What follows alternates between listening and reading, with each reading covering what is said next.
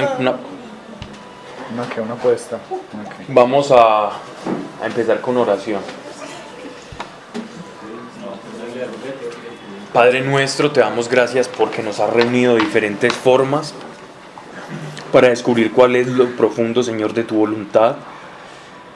Aquí tenemos un escrito, Señor, que ha sobrevivido pese a tantos ataques a lo largo de la historia. Ha sido el bestseller, Señor, de la humanidad. Año tras año, tu revelación, pese a las críticas, a la ignorancia, a las personas que desprovistas de tu espíritu, Señor, se levantan en contra de tu revelación. Y allí sigue vendiéndose, Padre, y esparciéndose tu palabra, así como tú lo has dicho. Tu iglesia va a prevalecer contra las puertas del Hades. Yo te doy gracias por eso, Padre nuestro, porque nosotros somos tu iglesia y hacemos parte de esa promesa y queremos descubrir la forma, Señor, no de estudiar tu palabra, sino de poderla incorporar a nuestro modo de vida. Padre, que lo que acá digamos, de lo que acá hablemos, sea para vivirlo, para experimentarlo, para recorrer esta vida, Señor, aprovechando cada una de tus promesas, de tus verdades, de todo aquello que nos regala, Señor. Que nos diga aquí cosa alguna que no esté de acuerdo a tu palabra o a tu voluntad. Si es así, córtelo primeramente de quien está hablando. Mas si es para edificarnos, que pase del corazón y la mente a los hechos, Señor. En el nombre de Cristo Jesús, así sea. Amén. Bueno, vamos a el capítulo 8. Yo había terminado subrayado, pero ahorita se me pasó. Yo terminé en que Pablo...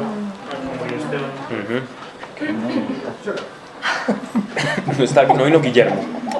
Bueno, el gato que no. No es necesario, empezó a llover. Capítulo 8. Versículo 1, empezar versículo 1. Ah, ok, sí. Bien. Tranquilo. Nuestras rodillas clamó a gran voz. No, eso fue, mejor dicho, para alguien que con lupa. No, vamos, en aquel día comenzó. No, terminamos en puesto de rodillas, clamó a gran voz. Señor, con esto me encuentro. Entonces ese es del versículo, ese es del capítulo 7. 60, sí, y empieza el versículo 8 Terminamos. Saulo aprobaba su muerte. Sí. Ahí terminamos. El 8. El 8. ¿Alguien tiene problema con las mariposas o las Sí, polillas? y Saulo consentía su muerte. Pero eso es del 1, es el versículo 1 ya del capítulo 8. Ajá. Y lo último fue el 7, y Sí. habiendo dicho esto murió. o algo así. Perfecto. Saulo aprobaba su muerte. Sí, ahí quedamos. El versículo 1. Ok, recuerden que venimos hablando de la muerte de Esteban, cómo eran las disposiciones legales en el Sanedrín, cómo se hacían los juicios. Hablamos sobre la relevancia que tenía para el mundo judío, de acuerdo al libro de Deuteronomio, los 2 testigos, ¿cierto? Para poder juzgar. También el hecho de que bajo la jurisdicción del Imperio Romano era imposible. ¿Tenés problemas con las...? No, para nada. Para el Imperio Romano era supremamente importante, digámoslo así, tener la ejecución de la pena de muerte. Y prohibían a los judíos hacer uso de sus leyes de pena de muerte o de lapidación en tanto estaban en la jurisdicción romana. Entonces asumimos que en ese lapso de tiempo en el que apedrearon a Esteban afuera de la ciudad de Jerusalén, era un momento en el que no estaba el cónsul de Roma, sino que estaban en una transición de cónsul. Entonces, aprovechando esa coyuntura, pues lo tomaron por sorpresa. Ok, veníamos entonces que Saulo aprueba la muerte, caen las vestiduras no de Esteban, sino las de los hombres que apedreaban, recuerden ustedes, eran de 3 sinagogas, principalmente una sinagoga que tenía el nombre de la sinagoga de los libertos, las que estaban presionando al Sanedrín. Obviamente para el Sanedrín no había ningún problema y se dejaban presionar, porque también jugaba en contra de los intereses del Sanedrín el hecho de que se estuviera expandiendo este nuevo mensaje de Jesucristo. Por este entonces, estamos hablando más o menos años 60, entre el 63 y el 67 después de Cristo, los hechos que nos van a narrar a continuación. Por ese tiempo se les llamaba a los cristianos no se les conocía como cristianos, sino como los del camino. Así le conocían. ¿Los del camino qué? Los del camino de Jesucristo, los del camino de la salvación. Así se les consideraba normalmente entre el Sanedrín. Nótese aquí algo, y es que la persecución, que ya lo vamos a ver, perdón, en el capítulo 8, la persecución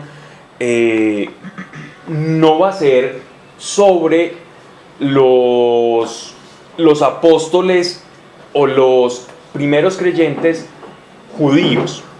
Esta persecución que va a haber aquí sobre la iglesia va a ser sobre la iglesia no judía, sobre la iglesia helena, sobre la iglesia griega.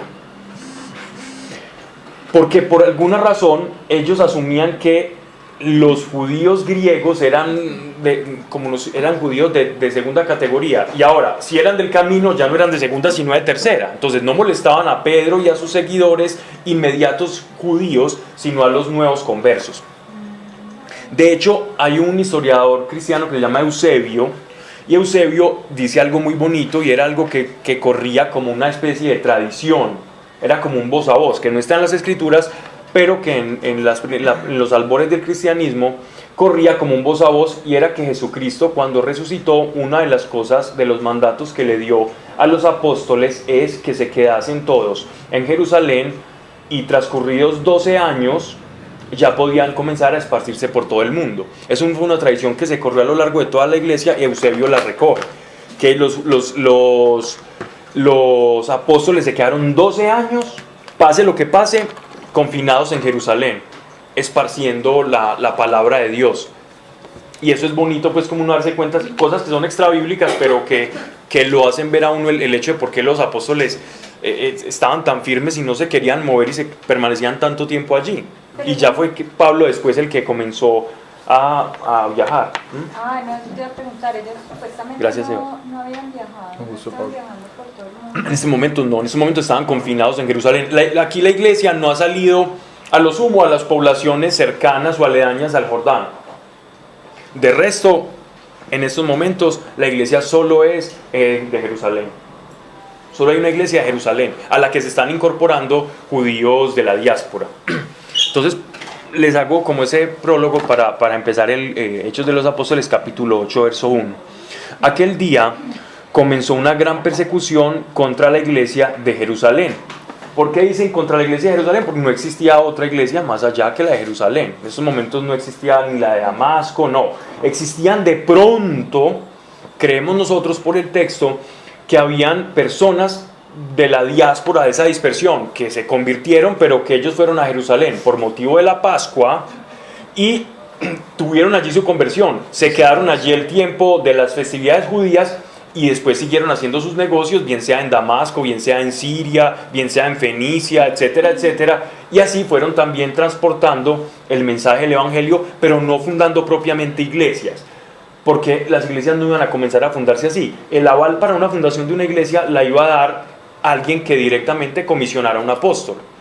Pero sin los apóstoles darse cuenta, ya la iglesia se estaba expandiendo, pero no se hablaba solo se hablaba de la iglesia de Jerusalén. Creyentes de la iglesia de Jerusalén que vivían en otras partes, pero hasta el momento solo se acuñaba la iglesia de Jerusalén. Estoy siendo muy redundante, pero bueno.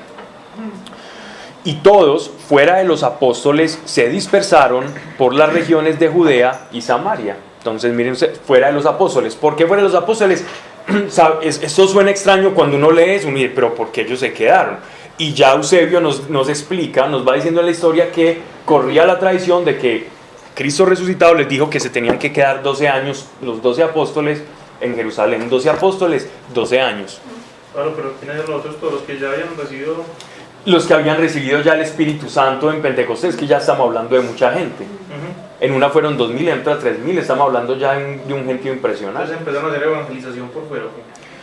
Empezaron, algunos podría ser evangelización, otros por motivo de sus trabajos, labores, como estaba diciendo anteriormente, simplemente llevaron consigo el cristianismo allí donde ellos residían.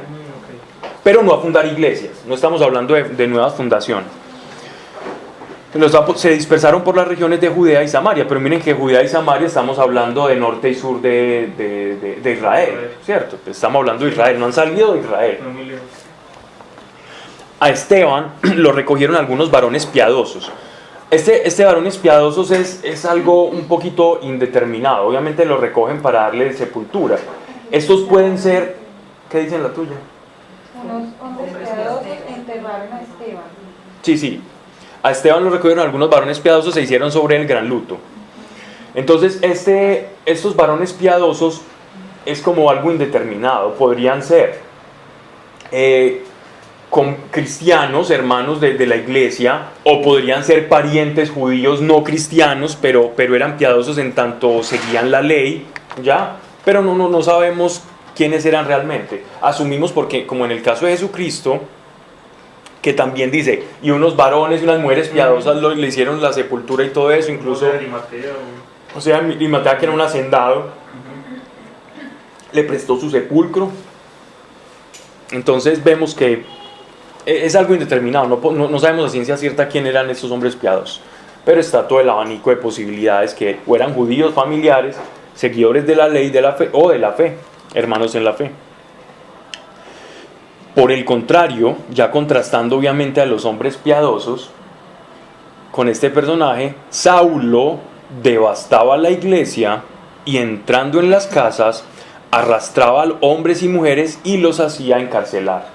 Recuerden ustedes que Pablo había pedido el aval. En este tiempo, pues aquí le dicen Saulo, en este tiempo no se llama Pablo. Ustedes se preguntarán, bueno, ¿y a cuenta de qué o a razón de qué Pablo cambia su nombre? Recordemos, Saulo. Pablo es el menor, Saulo significa el venerable. El venerable. ¿Qué pasa con esta circunstancia? Pablo tenía una doble nacionalidad, ¿cierto? Pablo era un judío de la diáspora. Pablo tenía sangre judía. Él nos dice que él era de la tribu de Benjamín. Y Saulo, Pablo, estamos hablando del mismo. Pero su padre, al ser un comerciante, le dio la posibilidad de comprar la ciudadanía romana. La ciudadanía romana a ciertos personajes se podía comprar, como una especie de visa que él tenía, como una entrada a todo el mundo. Entonces ya sabemos que la posición no solamente religiosa, sino social y económica del apóstol Pablo era grande, porque no cualquiera, y mucho menos de un lugar que no era considerado como muy digno para los romanos, como es Judea. Entonces, así lo llamaban la Judea, así se llamaba la provincia de Israel para los romanos, comprar. Entonces tuvo que haber pagado mucho. Posiblemente si era judío tenía que haber pagado mucho más para alcanzar esa ciudadanía. Entonces tenía un estatus económico alto.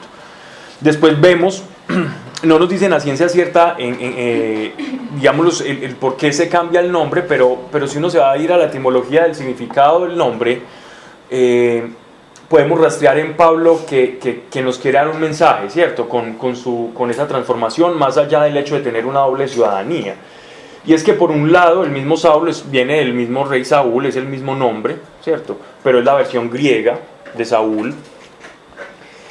El venerable, es decir, el digno de que lo veneren, pasar a ser Paulus, haciendo un poco juego con Saulo y Paulus, que son nombres muy similares, pero el significado, ya vemos el significado de Pablo, o Paulus, que en griego significa el menor, ¿cierto?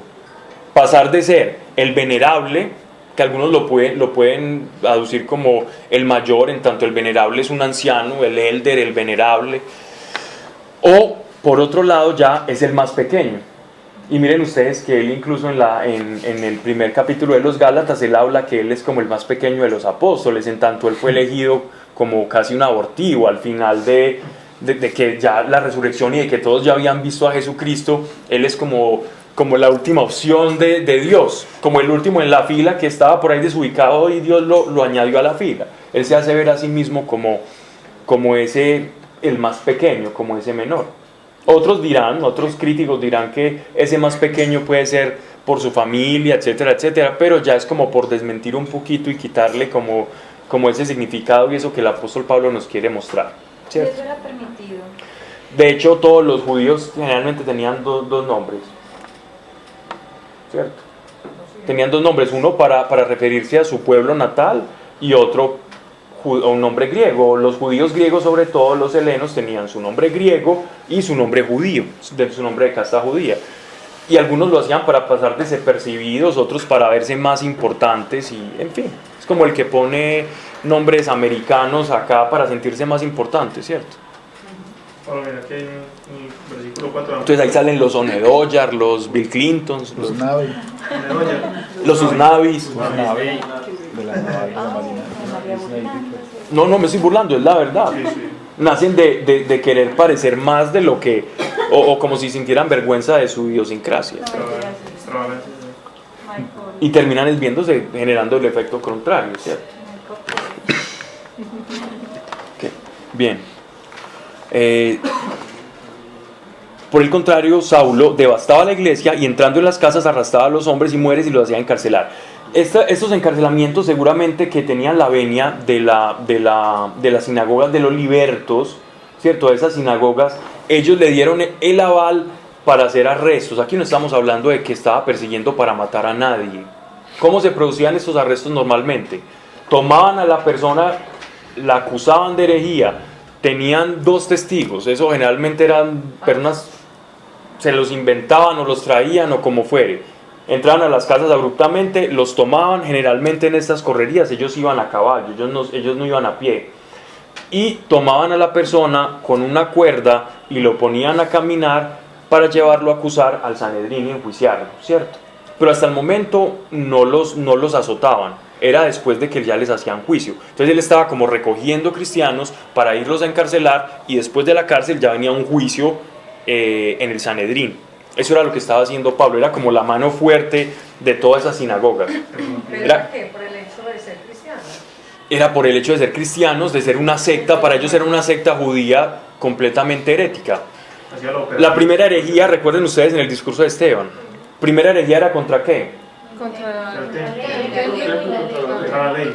Contra la ley, contra el templo y la última contra Dios, que mora en el templo. Y Esteban en su apología, en su defensa, él da una respuesta muy hermosa a cada una de esas supuestas acusaciones, y lo que hacen ellos es airarse más con él y terminan dándole pues por muerto. Vamos a leer en Gálatas capítulo 1 versículo 13 cómo era la vida de Saulo antes de ser Pablo, en boca del mismo apóstol. Pablo, una preguntita que Ajá. pues es más de la clase pasada, pero Esteban por ahí ¿cuánto vivió? O sea, ¿cuánto tiempo estuvo? Muy poquito. ¿Cierto? Sí, sí. O sea, no alcanzó a aprender tanto. No, ¿O qué? ¿O cómo? no. Esteban Evangelizando y eso sí, estuvo muy poquito. no alcanzó a salir de Jerusalén. Pero es que es El muy campo de cierto, acción de porque Esteban esa era Jerusalén. conversión de Pablo tan fuerte en tan poquito tiempo, o sea, que se dejó matar y todo. Claro. La plaquita era de... Claro que en él ya había toda una tradición detrás. O sea, Sí, claro. No llega de no conocer nada de Dios a conocer Él simplemente, algo de Dios. lo que hizo Esteban, incluso por el discurso de Esteban, ¿qué nota uno? Él dijo, ay, todo lo que mis padres me enseñaron lo confirmo en Cristo. Sí. El que es el verdadero propósito del judío converso. El judío converso que ve, no necesita todo un proceso. El judío converso dice, Jesús le pegó a esta, le pegó a esta, es mi Mesías, me entrego. Y sigue siendo. Bueno, no es como nosotros, que nos toca No. así como... Porque a nosotros nos todo. toca aprender todo lo que ellos ya sabían. Pues que ellos aprenden eso desde Chiquitico, nacimiento. sí. Y se lo saben de memoria. Entonces ellos te recitan la Biblia de memoria. De los 5 años tienen que saber ya los... Ellos se lo saben y se lo recitan. La Torá. Y ahora, el papa, la función del padre judío, la función del padre judío es ser el sacerdote de la casa. Que de alguna manera, como tipo, los hombres, los que tienen esposas, son los sacerdotes de la casa. Y como sacerdote de la casa, Dios nos va a pedir cuentas a los hombres de la educación en la fe de los hijos. No se lo va a pedir a la esposa, no le va a decir, venga, y es que, no es que la esposa que tú me diste, Señor. Ella es la responsable. Esa es la respuesta de los hombres, ¿cierto? Es que la mujer que tú me diste. Pero, ¿Y cómo enseñan eso? aunque esa es útil, pues ese es un desembaladero bíblico. Está en la Biblia, vea. Es bíblico. Señor, mira. Pero es que Pablo, mira a Pedro, quien negó a Jesús. Ajá. Y él era más judío porque el otro era griego.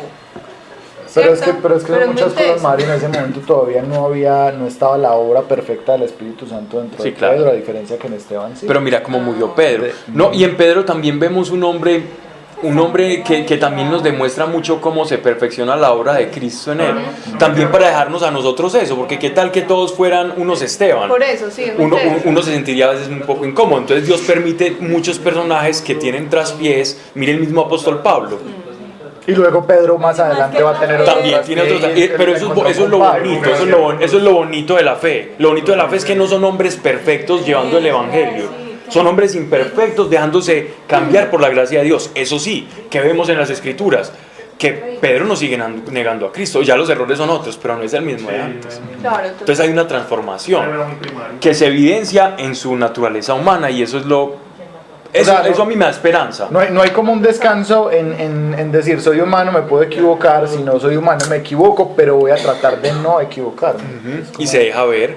El mismo apóstol Pablo comete los errores y él admite en varias de las cartas como, yo quise hacer esto pero no pude por esto. No, es que yo entiendo, no, y me parece muy bacano, y eso lo necesitamos todos, porque si no, pues, Lo que pasa es que Esteban pasa de un Pentecostés y el Espíritu Santo les había dicho, y Jesús les había dicho, y el Espíritu Santo les va a dar, cuando los encarcelen y les hagan todo esto, Él les va a poner palabras en su boca, ¿cierto? Para que se defiendan. Él seguramente tuvo una inspiración del Espíritu No, Santo. y es que de hecho mira que al principio dice y por el Espíritu Santo que hablaba con denuedo y decía todas Y que se veía como un ángel.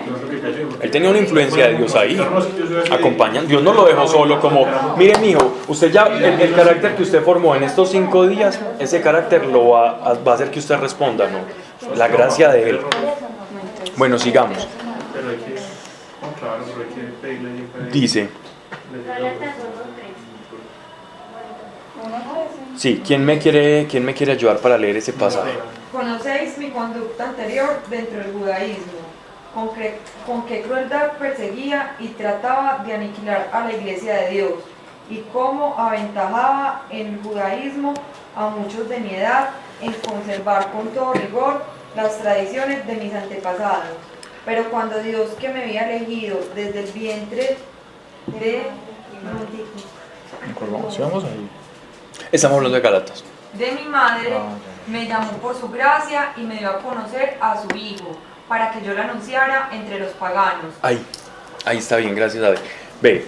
Miren que el mismo apóstol Pablo está hablando de su vida pasada, en el celo que él tenía, y era este celo el que lo movía a aniquilar a la iglesia. Y él está diciendo, porque vamos a leer en el pasaje que sigue, es de los pasajes, digámoslo así, que más nos toca a nosotros. Porque han hablado de puras cosas judías, y ninguno acá nació en Israel, ni somos judíos de nacimiento. Si tendremos alguna ascendencia judía, eso es otro cuento, pero ninguno de nosotros nació en Israel. Sin embargo, es este acontecimiento el que marca prácticamente como un cambio completamente capital dentro de la iglesia, algo completamente importante y universal, y es ya la iglesia se abre y se expande al mundo gentil. Y el apóstol Pablo utiliza su llamamiento al igual que lo hacían Dios con los antiguos profetas. Él habla de que él recibe una vocación, una elección a la cual él no se pudo resistir. Pablo incluso, vamos a leerlo, no me voy a adelantar, leamos el versículo 4, perdón, me equivoqué. Los que se habían dispersado iban por todas partes predicando la palabra. Los que se habían dispersado, ¿cierto? Que no los apóstoles, sino... O sea, exactamente. que sí se fueron a evangelizar. Los discípulos. Es que de hecho Pablo llega en algún momento a algunas partes y se da cuenta que ya hay iglesias fundadas. Ajá. Porque nosotros asumimos que Pablo las fundó, pero no es así. Ajá. Le atribuimos a Pablo, él hizo mucho, pero a veces le atribuimos más de lo que él hizo, pues porque él guarda cierto protagonismo dentro de toda la narración de Hechos de los Apóstoles y de las cartas, pero hubo mucho trabajo que está en los anales de Dios, pero no en los nuestros. Verso 4, los que se habían dispersado iban por todas partes predicando la palabra. Mire, nótese esto, la iglesia desde sus albores es una iglesia que predica la palabra. No es que yo soy cristiano y yo me llevo mi estilo de vida y vivo y tengo a mis hijos y los educo y los bautizo y tan lindo y vamos a misa.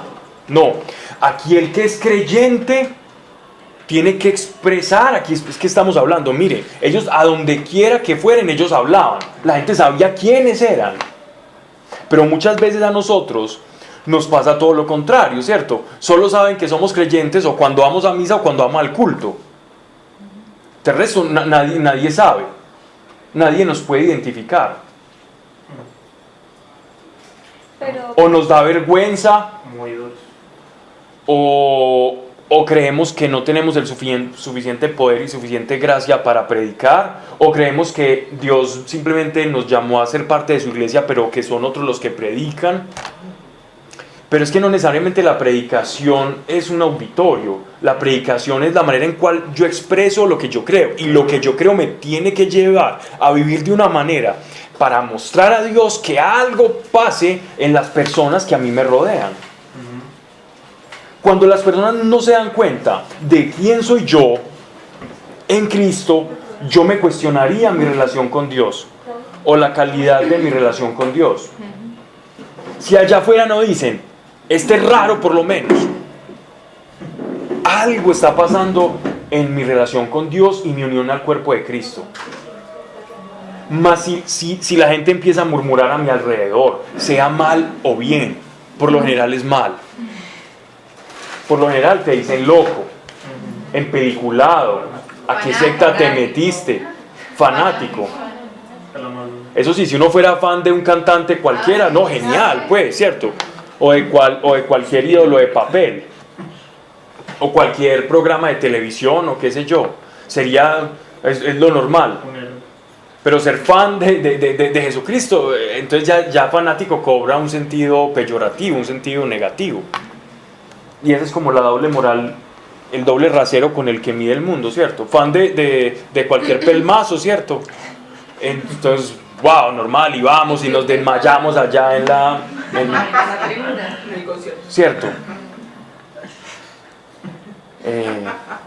No estamos hablando de equipos, sino de personas. A nadie le pasó por aquí, Pablo. A nadie le pasó eso. ¿Cierto?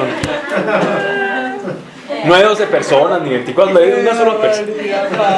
Pablo, pero una pregunta, o sea, pero después estabas diciendo algo que cómo era predicar, porque también pues me estoy imaginando en este momento ellos, pues, que hablaban o cómo lo hacían. Lo hacían con su estilo de vida, con su manera de ser. Pues, y hablando de Cristo, perdón. se encontraban a alguien y le hablaban. Y sabes que vos te vas a ir para el infierno. ¿Qué? Usted está loco, sí, mira, porque Jesús. ¿Qué? Pablo, pero eso Yo no me lo quiero ir al debemos infierno. decir, ¿o sí? Nosotros debemos ser así directos, ¿no? No, Dios te va a dar. ¿Cuál es la promesa? Pero ¿Cuál es la pero promesa? vos ¿cómo sabes que decían? No, eso no es lo de Pilián. No, podrían decirlo.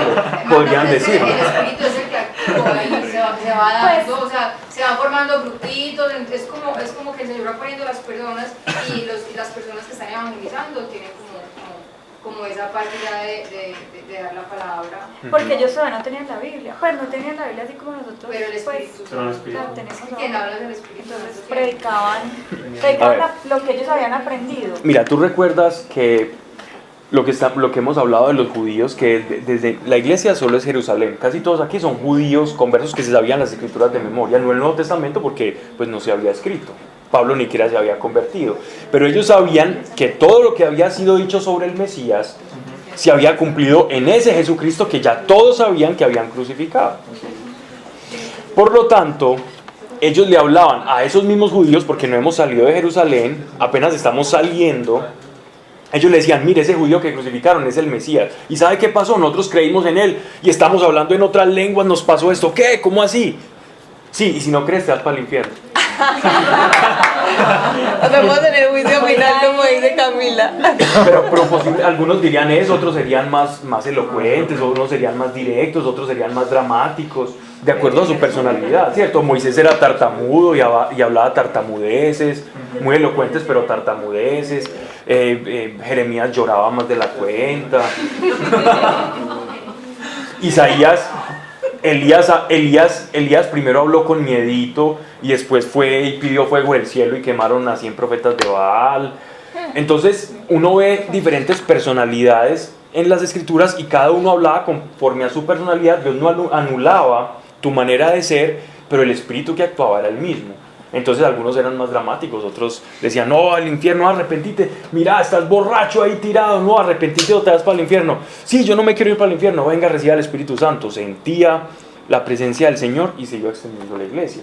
Pero la gente sí notaba que el estilo de vida de cada uno de ellos era diferente. Entonces hablar de Dios es predicar, hablar de Dios. Exacto.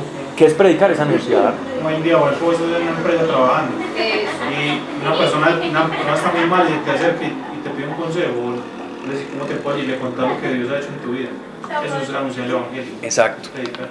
¿Viste, Pablo? Pero ese era un verdadero arrepentimiento. Si le decían convertirte porque no te vas para el infierno y recibían el Espíritu. Claro, el verdadero arrepentimiento más bien. ¿Cómo se produce el arrepentimiento? Se puede producir en un minuto, en 2 días de pensar, no, me acordé las palabras que me dijo esa persona y en el momento lo rechacé, pero después me acuerdo de las palabras del que me habló hace mucho tiempo y digo, Señor, ¿será verdad? ¿Sabes que te pido perdón? Y recibo la gracia. ¿En qué tiempo se produce? Si es ahí mismo, si es inmediatamente, si es después, no lo sabemos, pero por eso hay que predicar a tiempo y a destiempo, porque no sabemos en qué momento esa palabra, esa semilla, porque la palabra es como una semilla, recuerden ustedes la parábola del sembrador, en la que el evangelio es la semilla, y nosotros somos los terrenos. Nosotros somos sembradores. ¿En qué tipo de tierra estemos sembrando? No lo sabremos. A veces podemos pensar que es una tierra muy fértil y una persona supremamente emocionada con lo que está escuchando y dice, sí, yo quiero, y es como esa tierra que cae como en piedra, ¿cierto? Como en esa piedra donde nace la matica, pero después no tiene dónde echar raíces y se muere. O como también, por ejemplo, el que juega de que es que si yo puedo hacer lo que quiera porque me arrepiento a última hora. ¿Cierto? Una doble moral. Es que Dios me va a perdonar, entonces yo puedo hacer lo que quiera en este mundo, que después al final me va a perdonar. Que demuestra, de hecho el que tenga esa actitud ya demuestra una soberbia impresionante. Y que no conoce a Dios. Y que con la soberbia, ese tipo de personas difícilmente llega al arrepentimiento, porque uno no puede decir cuándo arrepentirse y cuándo no. El arrepentimiento viene después de una contrición del corazón. Entonces uno no decide, no, mañana voy a tener la contrición, hoy no, hoy voy a pecar y mañana tengo la contrición. Eso no se puede, porque la contrición es algo que viene como un volcán que uno no sabe cuándo va a hacer erupción, ¿cierto? Y entonces el arrepentimiento, cuando está esa convicción, es que viene el arrepentimiento. Uno no la puede producir por sí mismo. Así que ese pensamiento es súper delicado, porque me estoy atribuyendo los tiempos de la gracia para mi vida. Y eso solo lo sabe el Señor, ¿cierto? Bueno. La intención ahí del corazón no es un arrepentimiento. Sí, total, desde el principio. Ok, entonces ellos predicaban de muchas formas. ¿Cierto? Ok. Felipe bajó a la ciudad de Samaria y predicaba a Cristo. La muchedumbre, estoy bien, ¿cierto? Vamos acá. Sí. La muchedumbre a una oía atentamente lo que Felipe le decía y admiraban los milagros que hacía. Felipe era uno de estos mismos diáconos elegidos, recuerden ustedes, de estos personajes que repartían la mesa. Era uno de los 7, igual que ¿quién? Que Esteban. Pablo, cuando una palabra tiene asterisco, ¿qué significa? Que tiene una explicación más adelante.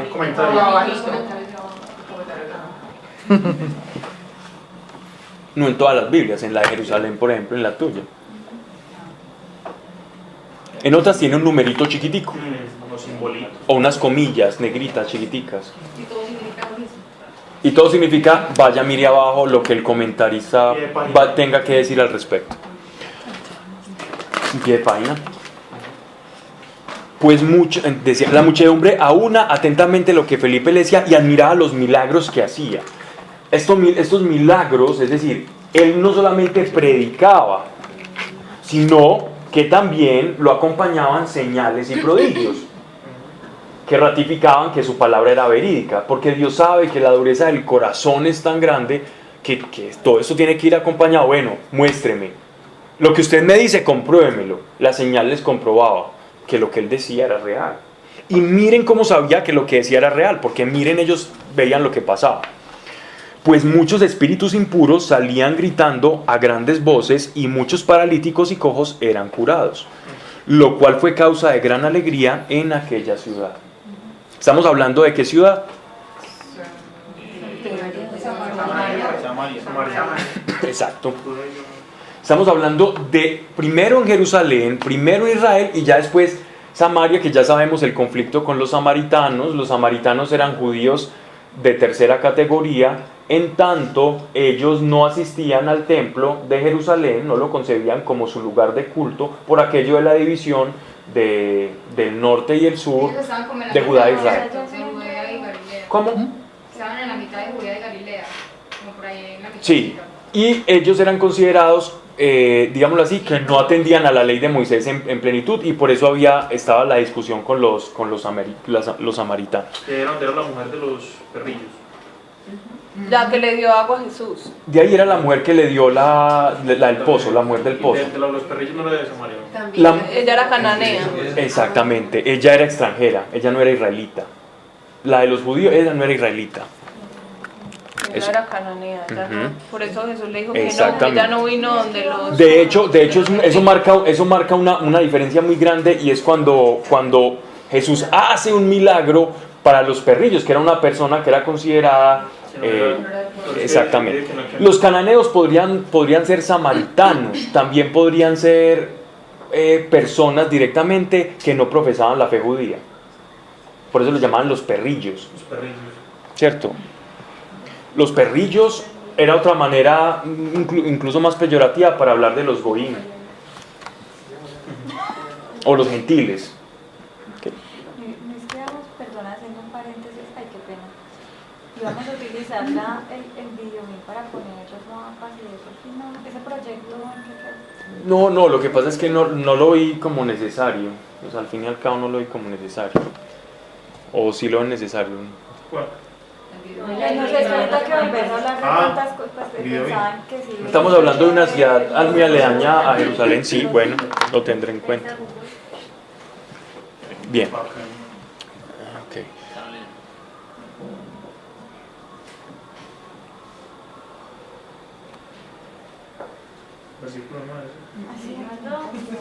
Bien.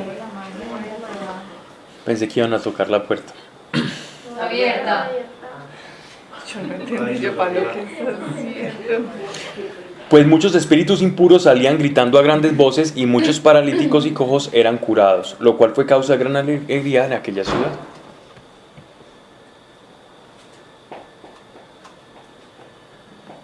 Vamos a leer Gálatas capítulo 1, verso 22.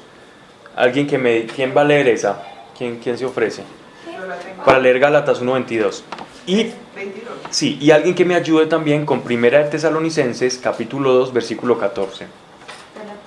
Bueno, Gálatas dice: 2:14. de manera que las iglesias de Cristo en Judea no me conocían personalmente. Solamente habían oído decir de mí: el que en otro tiempo nos perseguía, ahora anuncia la fe que trata de destruir. Y glorificaban a Dios por mí. Ajá. Ahora vamos a leer Primera de Tesalonicenses 2:14. Estamos hablando de la conversión de Pablo. Porque vosotros, Griega, hermanos, y Sirofenicia. habéis sido imitadores de las iglesias de Dios en Cristo Jesús que están en Judea, pues habéis padecido también vosotros las mismas cosas de los de vuestra propia nación, como también ellos de los judíos. Hermanos, ustedes siguieron el ejemplo de las iglesias de Dios que pertenecen a Jesucristo, que están en Judea. Allí el pueblo de Dios sufrió mucho a causa de los otros judíos, y lo mismo ha pasado con ustedes, pues han sufrido mucho a causa de sus propios compatriotas. Estamos hablando de la misma situación que Él está propiciando acá. Él está haciendo la misma persecución que Él va a sufrir, es la que Él está haciendo, la que Él está teniendo, es lo que Él está sembrando de alguna u otra manera.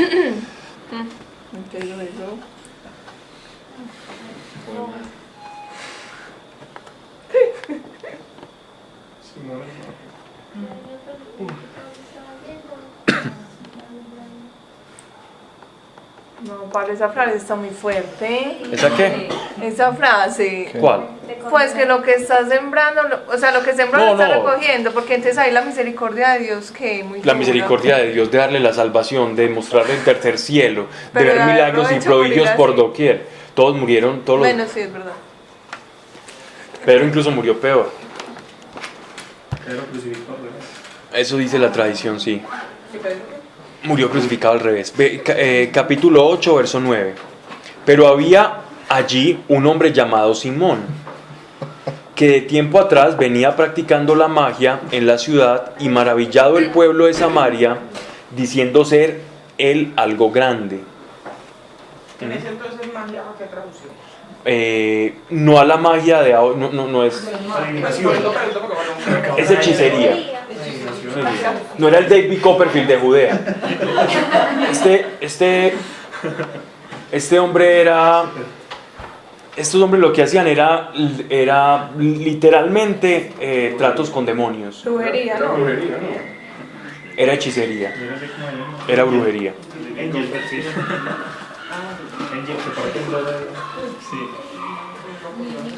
Pero había allí un hombre llamado Simón, que de tiempo atrás venía practicando la magia en la ciudad y maravillando al pueblo de Samaria, diciendo ser algo grande. Es decir, como un elegido, como alguien lleno de dones, de poderes místicos, espirituales, y quizás sí los tenía. ¿Cierto? No estamos aquí hablando necesariamente de un estafador. Fantoches, estafadores y culebreros hay por doquier. Pero personas que realmente tienen contacto con entidades demoníacas o con djinns o demonios como del subsuelo, hay muchos. Un chamuco.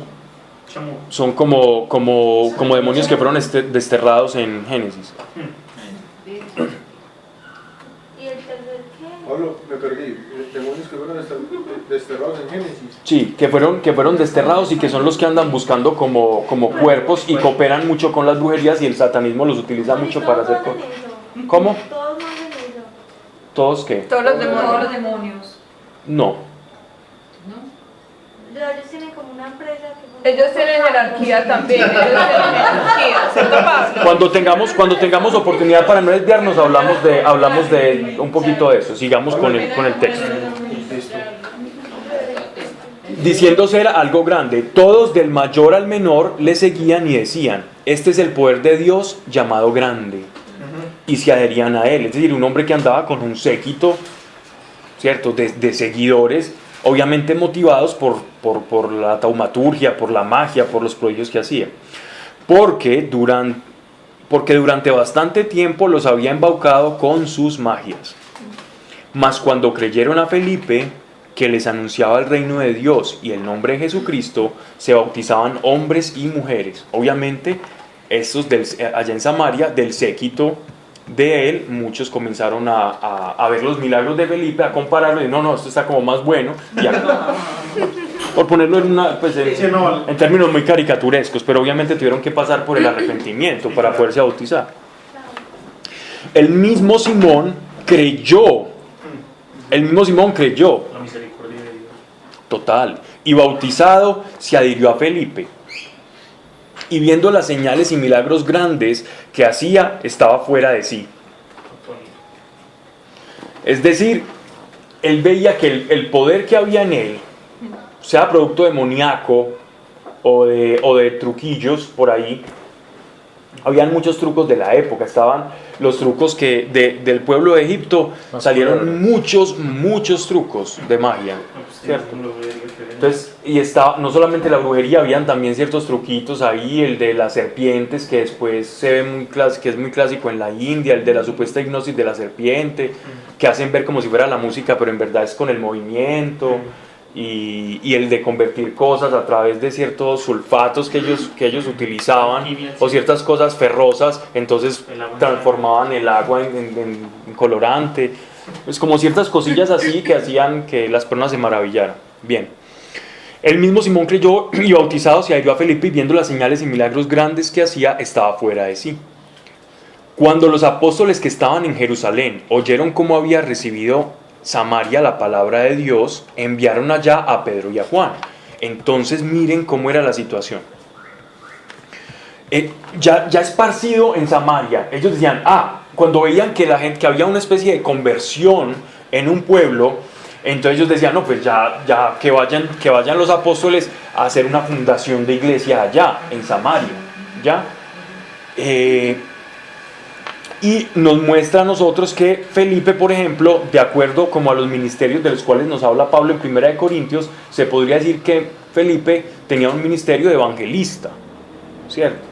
El evangelista era como el que iba de punta de lanza a predicar la palabra, acompañado de muchos prodigios y señales, y ya después, como toda esa mies que él había recogido en la predicación, entonces ya de alguna u otra manera los apóstoles ya se iban a presentar y iban a decir, mire, nosotros fuimos los que todo eso, y comenzaban ellos a hacer una nueva fundación eclesial. Pablo, pero entonces ya habían pasado los 12 años. Es que Samaria es Israel.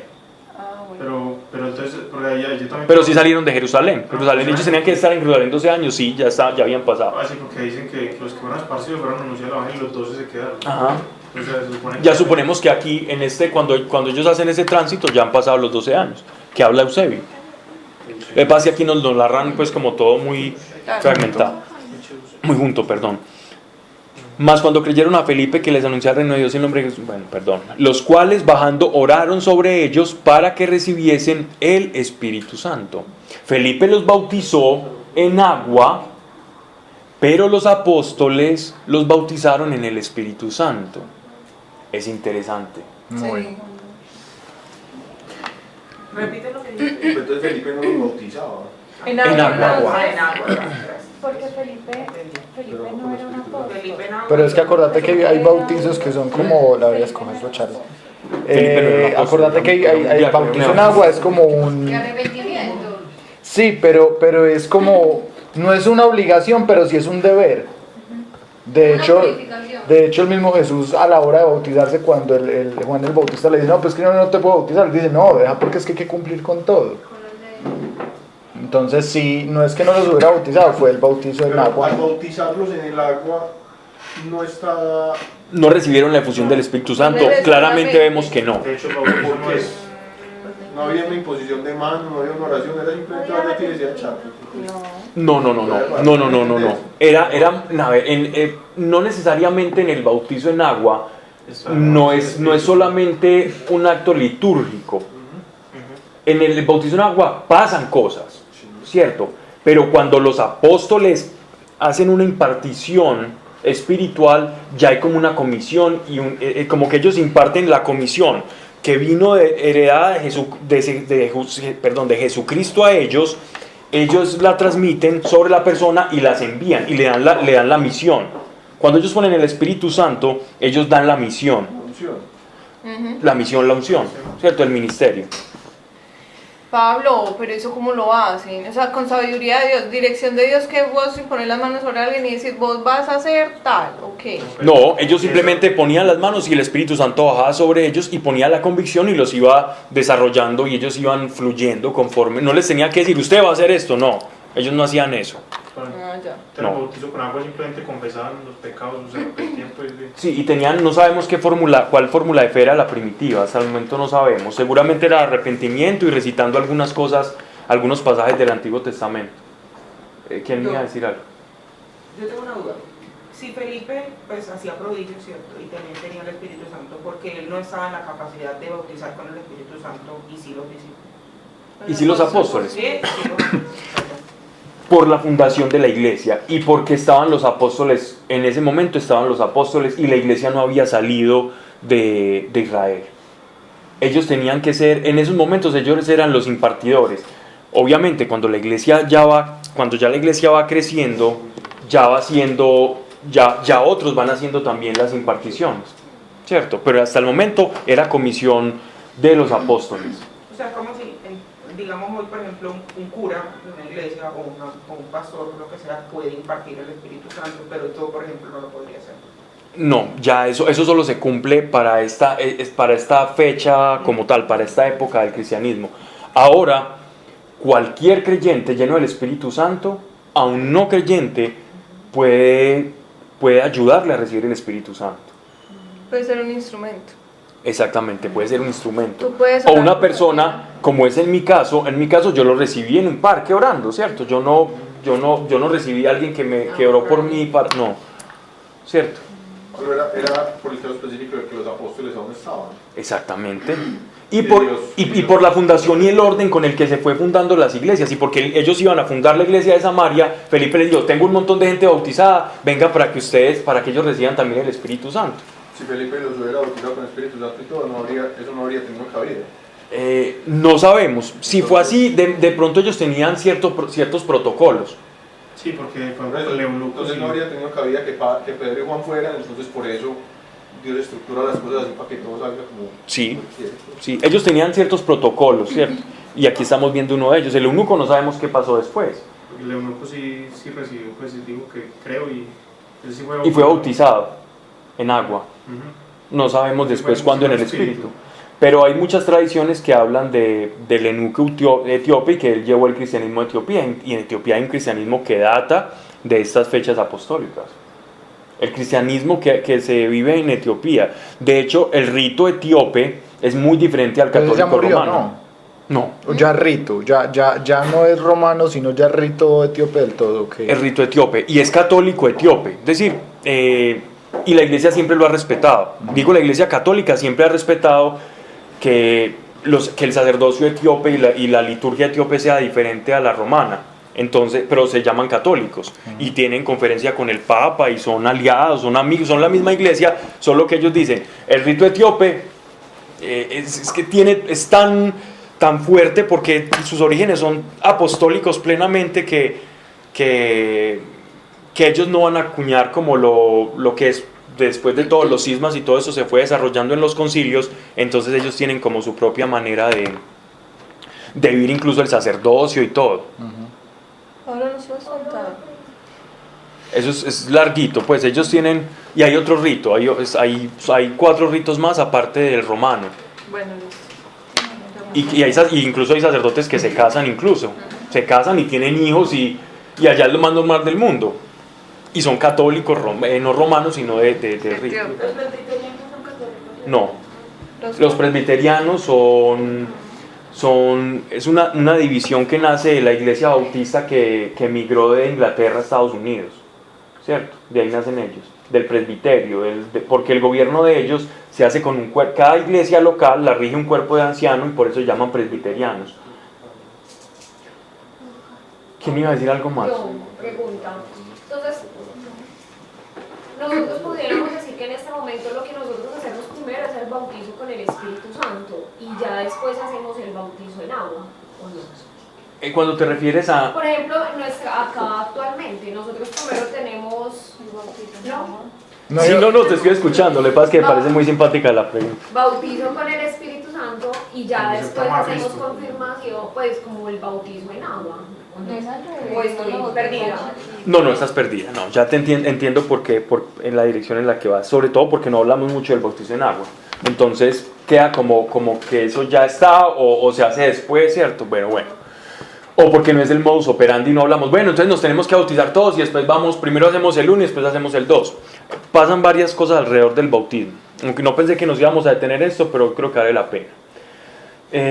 Respecto al bautismo en agua, me ha tocado ver personas que, por lo menos todos nosotros nacimos acá y estoy seguro que casi todos, o si alguien no fue bautizado cuando era niño, todos, ¿cierto? Hubo un bautizo en agua. Ese bautizo en agua no nació por capricho de la iglesia católica como una aberración horrible, pues que hay algunas personas que lo hacen ver así.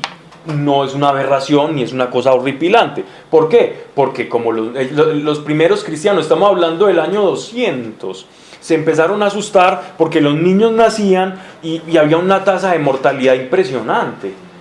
No había penicilina, no habían antibióticos, no sabían ni siquiera que los anticuerpos y los antígenos de la sangre y el RH, que si una mamá tiene RH negativo y va a tener un hijo positivo, entonces por cuestión de los antígenos va a haber una alergia y un rechazo, y entonces que el niño por esa alergia pues muy posiblemente muere o también genera problemas en la mamá.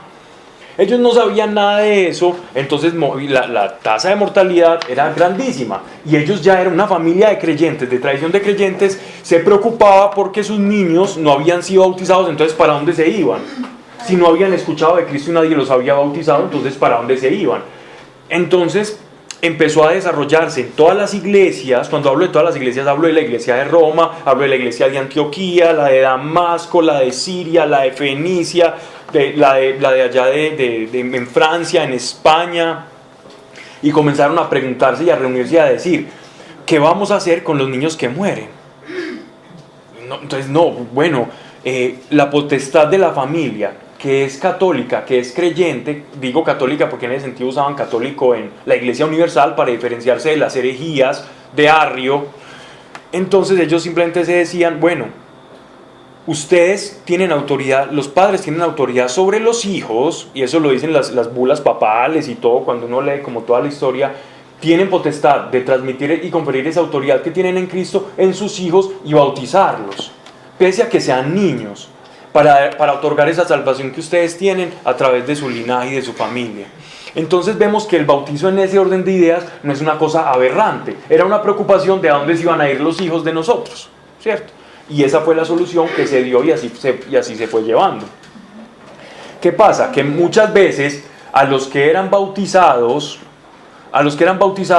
empezaban a mostrar un estilo de vida completamente terrible, de calavera, de granuja, de pillarajo, de malandro, ¿cierto? Y comenzaron a tener una vida esa, y bueno, si este fue bautizado y está teniendo ese estilo de vida, ese no obedece a ese bautizo. Entonces, ¿qué pasa? ¿Este es salvo o no? Y entonces empezaron también como todas esas discusiones, y de ahí entonces muchos grupos y muchas cofradías y instituciones dentro de la iglesia comenzaron a hablar de la renovación del bautismo, y de ahí nacen muchas congregaciones donde ya grandes, conscientes de una conversión directa y decir, sí, es que yo soy cristiano, yo confirmo ese bautizo, y de ahí nace lo que nosotros lo conocemos como la confirmación, ¿cierto? La confirmación es eso, lo que recibo en el bautizo lo confirmo. Pero aún así, entonces empezaron a hacer las confirmaciones como cuando uno tiene 10 años, uno no sabe ni dónde está parado, y entonces estoy confirmando lo que yo ni supe y ahora tampoco sé, lo estoy confirmando. Entonces el pelado ya a los 20 años sigue siendo pillarajo, siendo y todo eso, y ya vienen otras, y se habla ya de otras situaciones, o se habla por un prerequisito de colegio. Entonces, si el que sube en un colegio de monjas o católicos o de sacerdotes, como prerequisito, o hace la confirmación para casarse, pide un padrino que generalmente tenga un buen nivel económico para que le dé buenos regalos a los niños, y así. Pero antes inclusive lo confirmaban a uno de menos. Sí. Ahí me confirmaban al mes. ¿De qué? ¿Te has nacido? Sí, confirmado. Confirmado. O sea, bautizada y confirmada.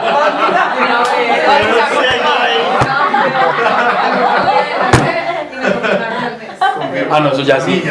Ya es una liturgia muy precoz.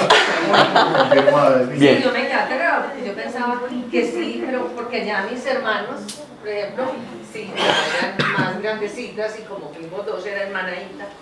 Entonces eran ya de 8, de 10 años. Okay. Y yo miré mis papeles y al menos también. ¿Qué es lo que pretendemos acá y sobre todo en este espacio? Es que nosotros comprendamos de dónde vienen las cosas para que tengamos un juicio mayor y no leamos por allá en un librito diciendo, es que los católicos, ¿por qué hacen a los niños eso? Es que si la gente ni siquiera sabe, ni miren cómo son. Hombre, entendamos de dónde viene todo eso.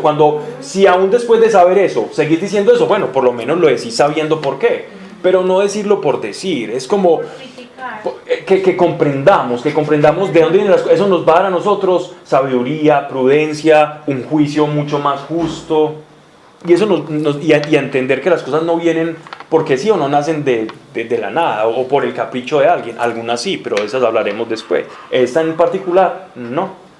Pero porque se convirtió, pues, ¿en qué momento de la iglesia, pues cuando estamos hablando de la iglesia?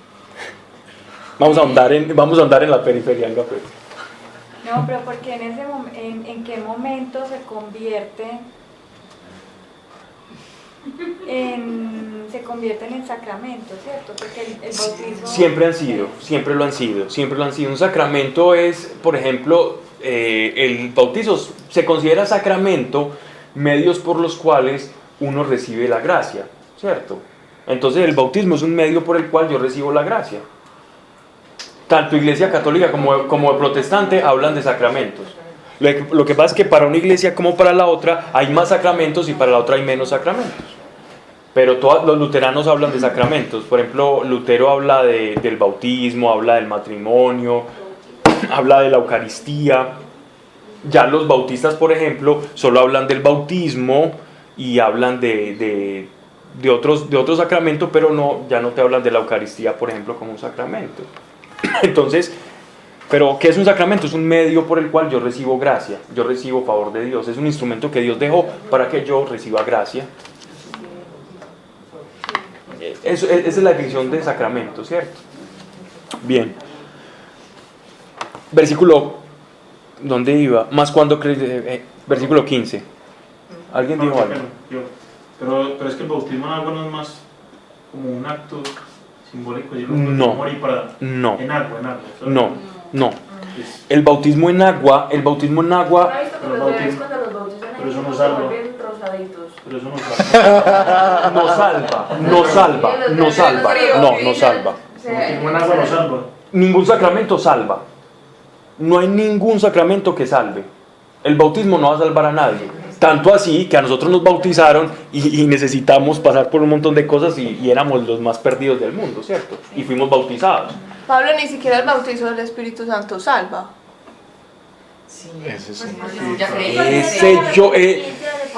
El bautizo del Espíritu Santo es una garantía. El bautizo del Espíritu Santo es una garantía. Pero si usted se aleja y tiene el Espíritu Santo... yo me cuestionaría si realmente lo tuvo. Sí, exacto. De hecho, en Apocalipsis dice que el Espíritu Santo es el sello de que ya usted es Jesús. Por eso. Es que es un tego, Pablo. Es que el bautizo del Espíritu Santo no es un sacramento. El bautizo del Espíritu Santo es algo que todos los cristianos tienen que ser y tener. ¿Cómo? Pidiéndolo. No, Pablo. Pero es que hay muchos creyentes que suponen que tienen el Espíritu Santo y entonces no lo tienen. Es muy teso. No. Venga, ¿cuánto llevamos viniendo a este grupo? Ya me siempre ando preocupado. Pero es que usted, Mari, no. Pero es que estamos hablando del ABC. Uno no puede generalizar eso. Hay personas que tienen una caída y se quedarán ahí un mes. Y si se mueren ese mes. Pero es que eso es lo que vos no sabés. Es decir, vos no puedes juzgar sobre supuestos. Es Dios el que al final, al terminar el momento de vida de cada persona, tiene la última palabra. Yo me puedo poner aquí a decir, hacer este es salvo, este no es salvo, yo qué sé. No, yo sé eso, pero o sea, lo que yo digo es que... Es lo mismo, si yo me puedo... la certeza de la salvación. Yo me puedo poner a decir, este tiene el Espíritu Santo, este sí, este no, este sí. ¿Yo qué voy a saber? Yo no sé. El corazón sí lo tengo. Mario, no sé. lo dijiste ayer en la charla. Por eso. Sí. Pero quién sabe que lo aceptaste de corazón o no. Por mis frutos. Sí, pero eso solo lo sabe Dios. Sí, tú dices, puede que usted falle y caiga. No, yo no sé el del otro, yo sé el mío. Exacto. Yo no sé el del otro. Pero estamos hablando del juicio a los demás, ¿no? Yo sé el mío. Solamente nosotros sabemos qué tipo de relación llevamos con Dios y el arrepentimiento que tenemos. Ojo lo que está diciendo Alejo. Es decir, mirémonos, miremos a ver cómo está mi corazón. Exacto. Sí, yo no sé el del otro, yo sé el mío, pues uno sabe el de uno cómo está. Y si uno sabe el de uno y está confiado en que sabe el de uno, eso yo creo que está bien. No es soberbia, es la seguridad en el Señor que me llamó y que me salvó. Y esa seguridad es la que lo hace caminar a uno y de verdad caerse y pararse. Porque si uno está inseguro en que uno es salvo, entonces yo empiezo a caminar por temor. Pero ¿cómo sabes que eso es salvo? Porque Él me dijo que lo era. Porque Jesús murió por eso y ya no.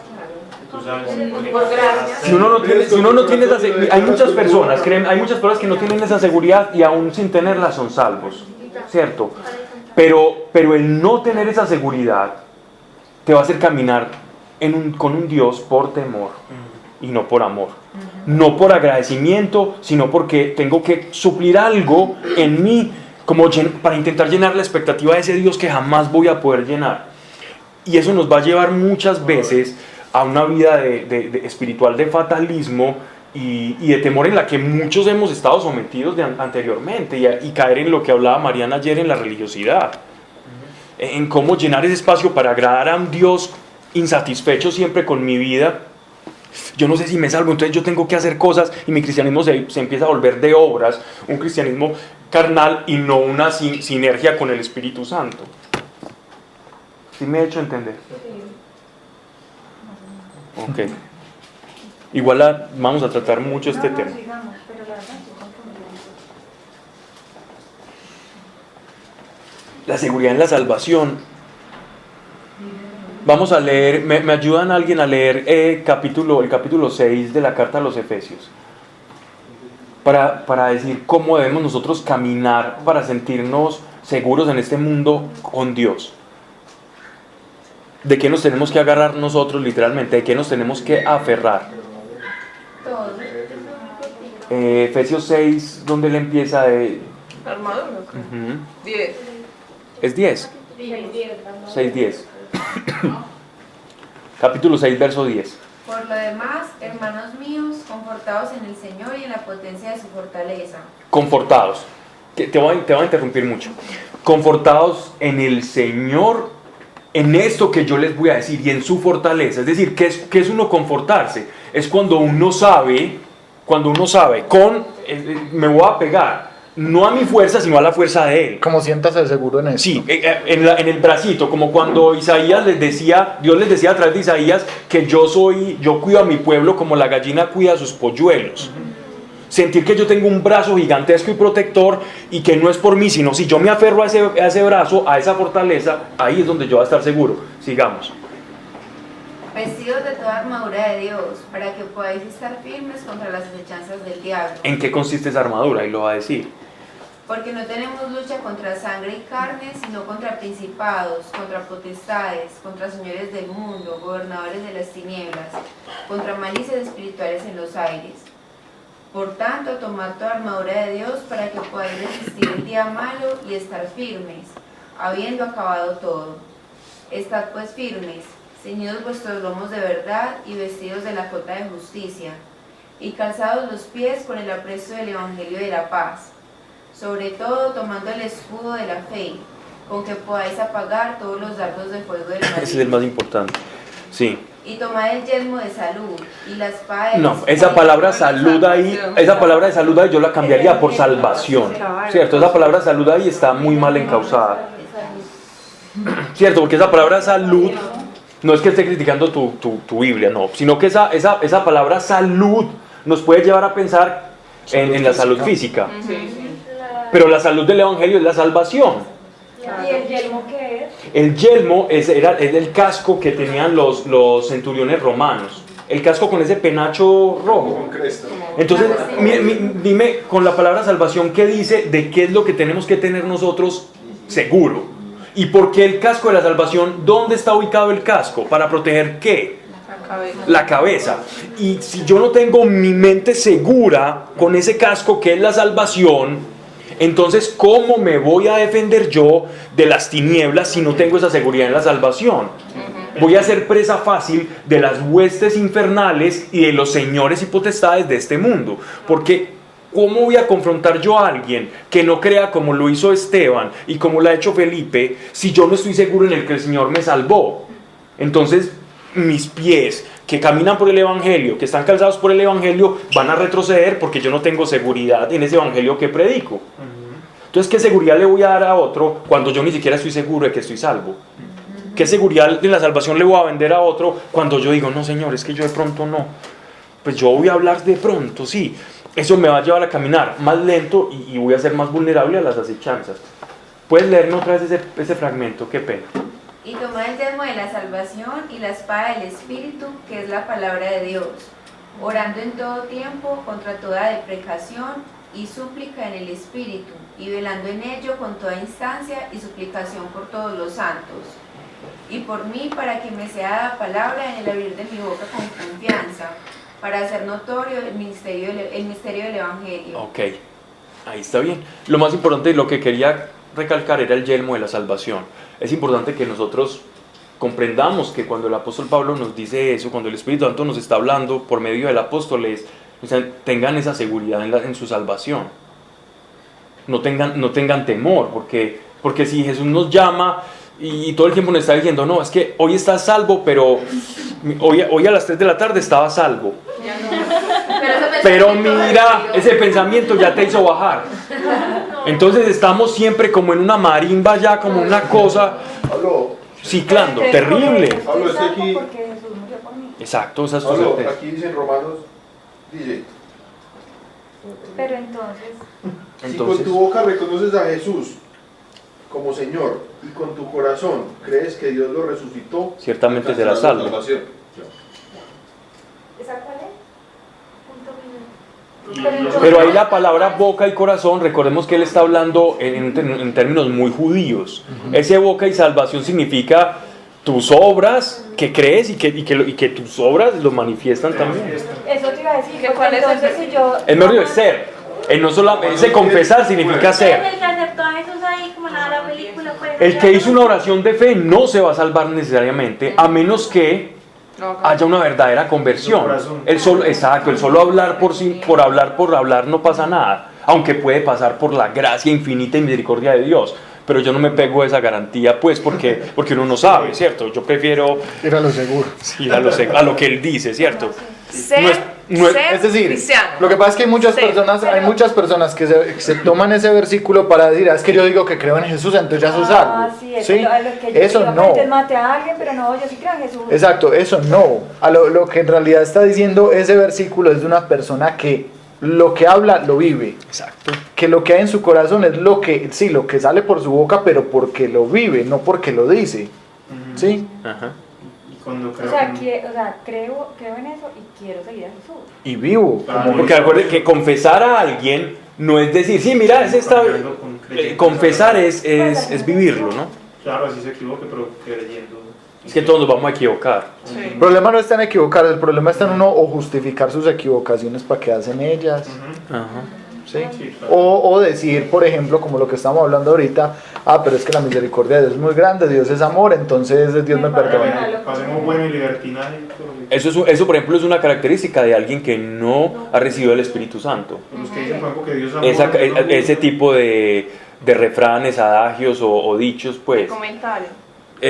No, es que Dios igual me perdona, Dios es bueno, Dios es amor, y yo puedo tener todo ese tipo de... Eso es una persona que hable eso. Es una persona que no ha recibido la convicción de juicio, justicia y pecado que da cuando uno recibe el Espíritu Santo, que uno se da cuenta que está actuando mal. Yo recuerdo que cuando nosotros estábamos empezando a confesar al Señor que nos había tocado, a Jesucristo, nosotros comenzamos las primeras reuniones grandes que tuvimos de personas que seguían escuchándonos la palabra, fue en este restaurante Paella y Parrilla ahí en la calle 9, y incluso Adri llegó a ir por allá hace tiempo. Y yo recuerdo que nosotros a nadie, simplemente contábamos nuestro testimonio, dábamos una que otra enseñanza muy pequeña, muy fragmentada, orábamos por las personas, y nosotros a las personas no les decíamos cómo tenían que vivir después. Ni siquiera, nunca dimos ni una charla de la sexualidad bíblica o cristiana, por decirlo de alguna manera, o como Dios manda o le gusta, o etcétera, etcétera. Cuando menos se empezó a producir un fenómeno bien extraño en el grupo, y era que eso era como un cementerio de novios.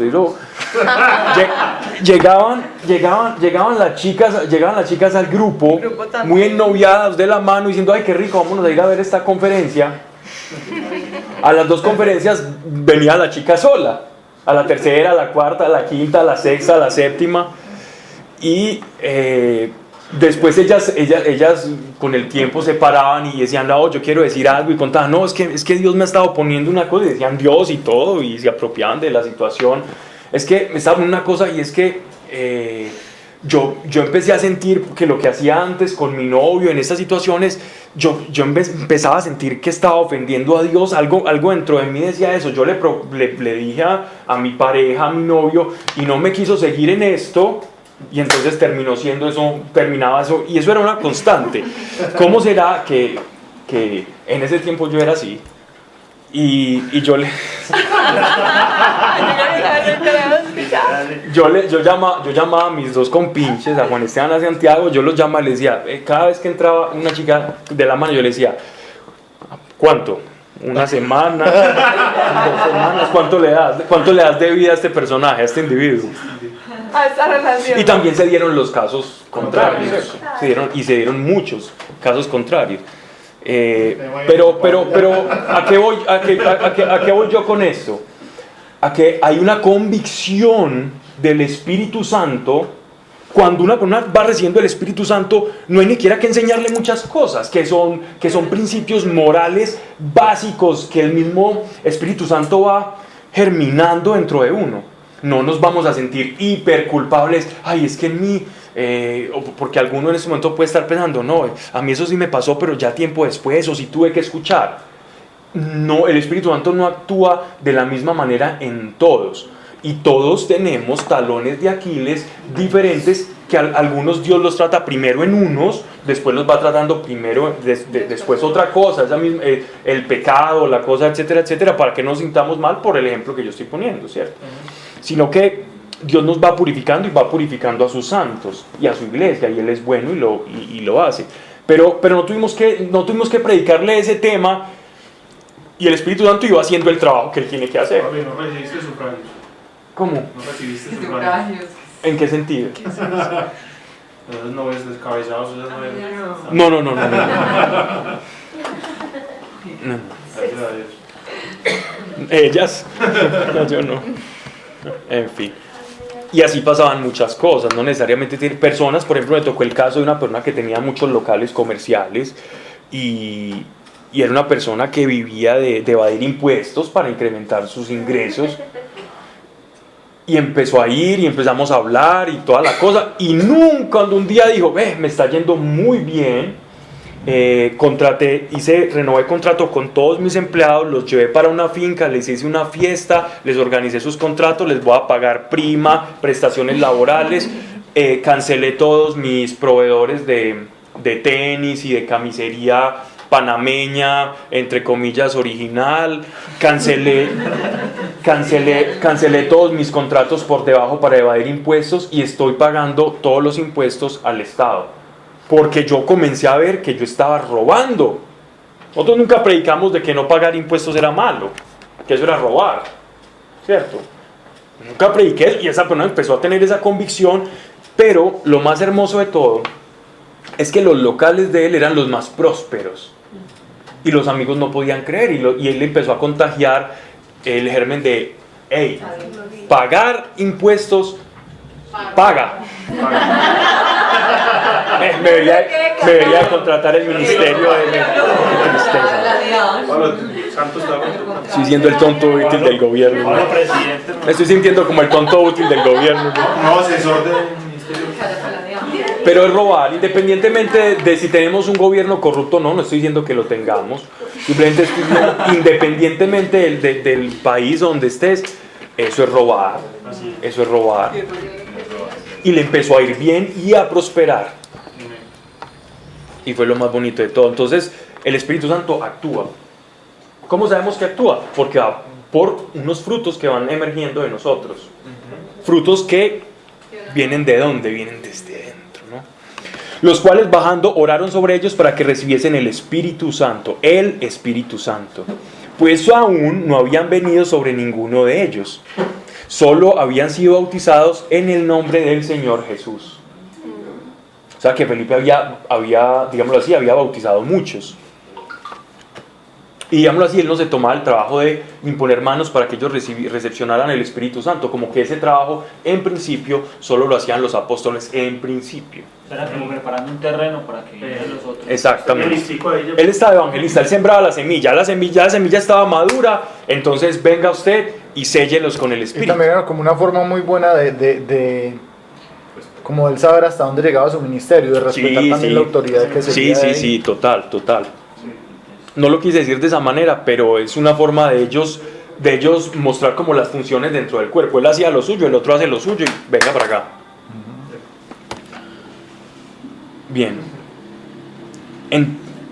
Entonces les impusieron las manos y recibieron el Espíritu Santo. ¿Qué pasó acá? Muy posiblemente hablaron en lenguas, muy posiblemente pudieron haber caído al suelo, pudieron haber tenido una experiencia. Esta experiencia de caídas al suelo que vamos también a ver en el apóstol Pablo, camino de Damasco, eran muy frecuentes de las experiencias extáticas que tenían los profetas. Cuando iban a tener una visión o una revelación de Dios, los profetas generalmente caían, ¿no?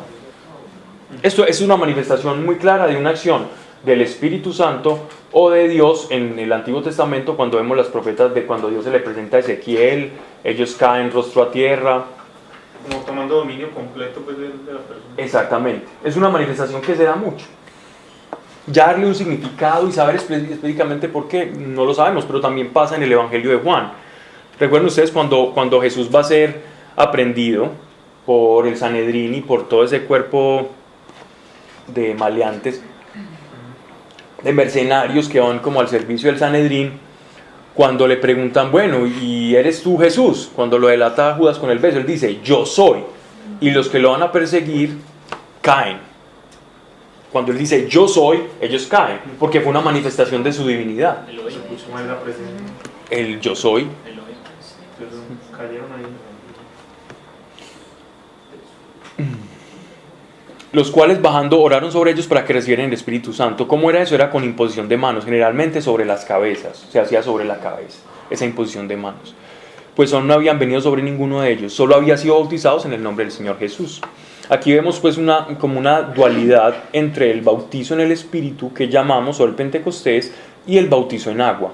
A veces no necesariamente podemos, porque esto dividió a dos grandes corrientes protestantes, que fueron los bautistas y los anabaptistas, que respecto a este tópico tenían diferencias y por eso se separaron.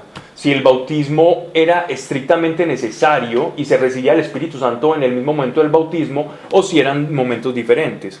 Y esto también hace que la iglesia pentecostal diga, no, son momentos diferentes, y cada uno, de acuerdo a la opinión, pues comience a practicar el bautizo en agua y después el bautizo del Espíritu Santo, otro solamente el bautizo en agua, y con eso ya la persona, se supone, recibe el Espíritu Santo. Entonces algunos argumentan este pasaje para decir que son dos momentos diferentes, otros dicen que no.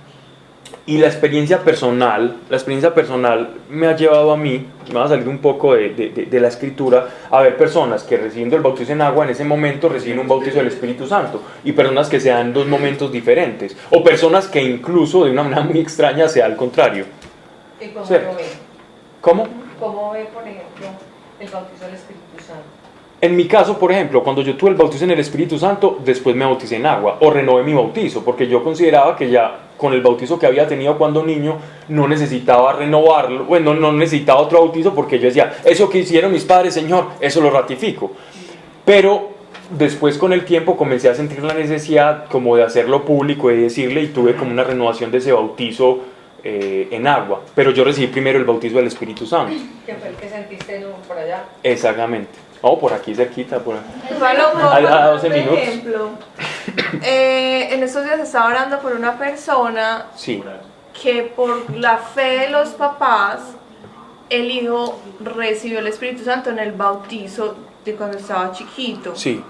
Entonces es más como un acto de fe, pues, y por Para mí es un acto de gracia soberanía. Dios. Sí, eso de Dios verá. Y esa persona lo recibió desde chiquitico. Puede que no lo vivió, pero, ¿o no? Sí, no, sí, te estoy Sí se escuchando. podría recibir el Espíritu Santo se desde chiquito puede. y no vivirlo por falta de conocimiento. El accionar de Dios es tan difícil de cuadricularlo, pero hay algo que Jesús sí nos dice, y es, hace de esto, ¿cierto? Él sí nos manda eso y lo hace, y es hiperbíblico, ¿cierto? El bautizo hay que hacerlo. No es una sugerencia, es una... No es una sugerencia. El no bautizarnos no... es decir, sería ya como entrar en desobedecer. ¿Por qué nuestro Señor nos pide eso? Es por algo, hagámoslo. Hay cosas que no necesariamente vamos a entender a profundidad, pero Él nos pide que nos sumerjamos en su muerte y en su resurrección. Eso es el bautismo. Entrar en la muerte y en la resurrección de Cristo. ¿Tiene mucho de simbólico? Sí, pero algo debe ocurrir ahí, si el Señor lo dice. Y si lo hizo. Y si lo hizo Él. Y la disposición del corazón también. Nosotros que somos sus discípulos no vamos a hacer lo que hizo el Maestro, estamos mal. O decir que eso no hay necesidad. Si Él tuvo necesidad siendo Dios. Sí. Entonces yo creo que si lo hizo el Maestro, nosotros con mayor razón lo debemos hacer. Y si Él no lo cuestionó siendo Dios, incluso Juan Bautista no quería hacerlo, Juan Bautista no quería hacerlo reconociendo quién era él, que no era digno. Aún así él le tuvo que medio amonestar y decirle, hágalo. Entonces, cuando él dice, hagan esto, eso no es como para uno, Señor, pero si de pronto sí, no. Y además hacerlo es lo más liberador del mundo, pero después hablaremos del bautismo cuando sea necesario.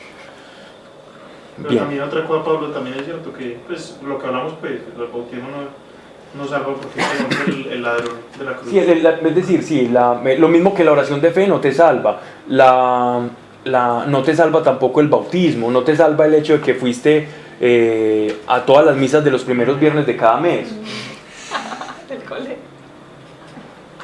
Porque a uno le prometían eso, si vas a todas... Sí, pero yo iba a las primeras misas de viernes de cada mes, yo me hacía con un compañerito que de cariño le decía Negrito Chaparrado. Así le decíamos, así le decía yo.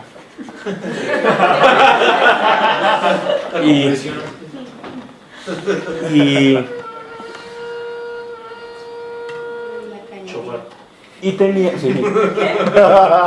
Ya llegó. Iba con dos amigos y yo iba simplemente a hacerlos reír a misa.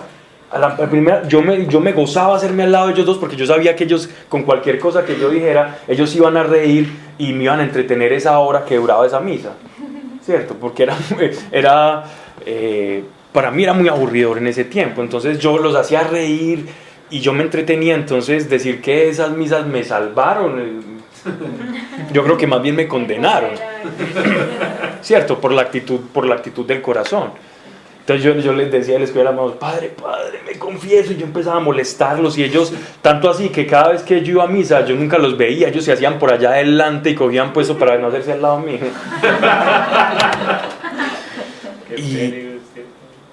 Y así.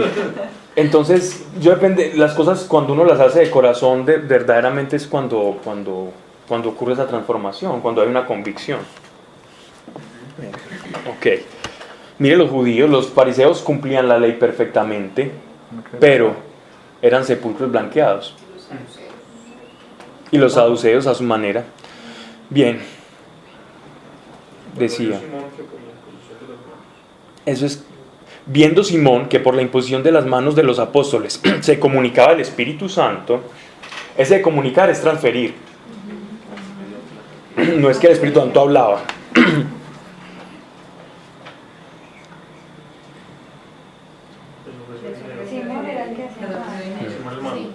Les ofreció dinero.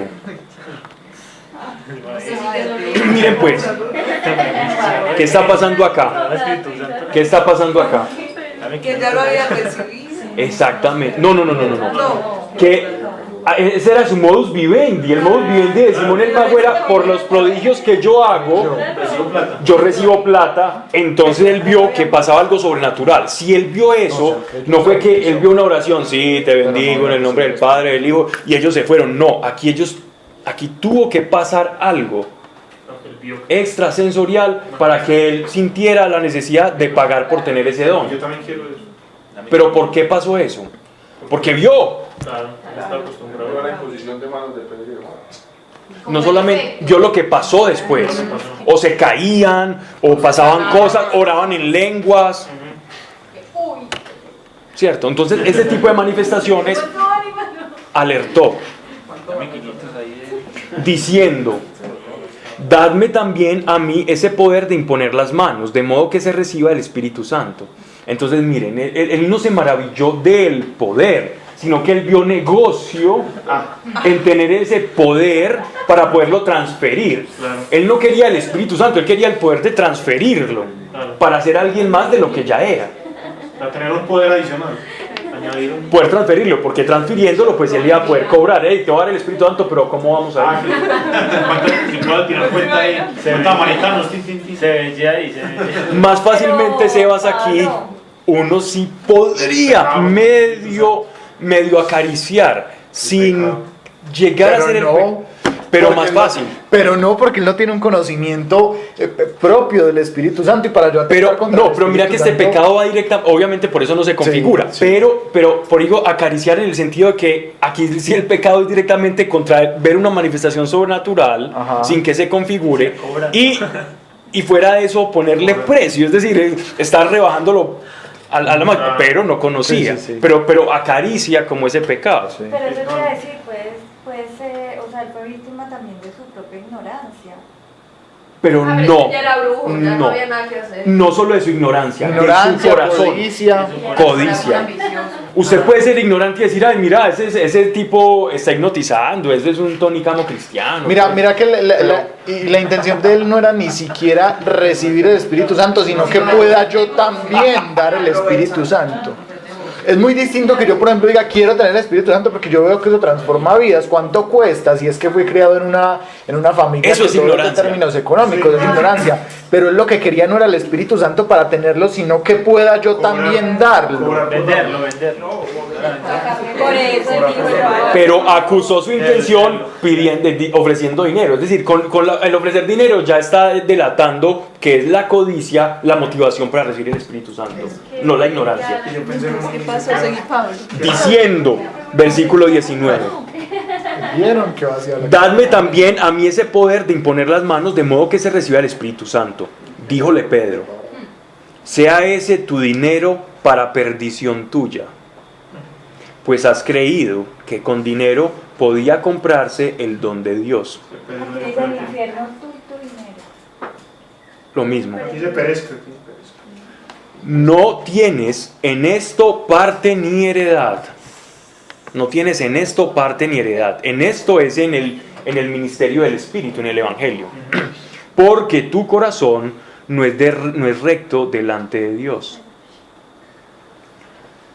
Esto es claro ejemplo de cómo no recibir el Espíritu Santo. Ni siquiera es la ignorancia, como está diciendo Sebastián. No es ni siquiera su ignorancia, porque la ignorancia se perdona. Es la codicia y la avaricia y la intención bajo la cual yo quiero recibir el don de Dios. Para una cosa.